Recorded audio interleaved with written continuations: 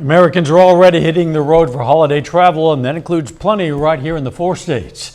This is KOAM News at 6. I'm Dow Quick. KOAM's Amber Jenkins spoke to some travelers along I-44. I have changed my philosophy.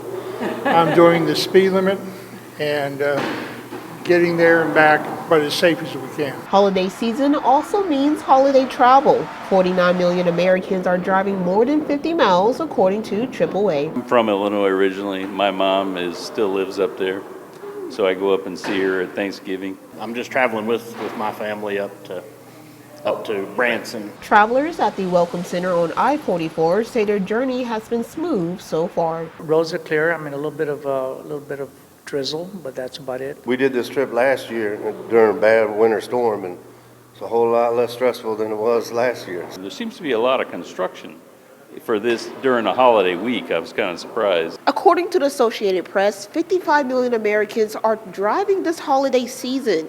But so far at the Travel Center in Missouri, they're saying that gas prices have been on the lower end. Compared to what they were a year ago, and the fact there's a war in the Middle East, that surprises me that gas is low. Gas has come down a little bit.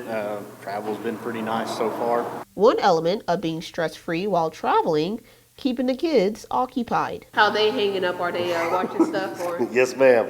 We got the iPad set up, and they're watching movies, and Mom's reading a book, so. She's been asleep the whole time so far. Although many travelers are focused on their destination, for others, the journey is the tradition. We stop here almost every time we get our picture taken with that wall. Reporting in Joplin, Amber Jenkins, KOAM News.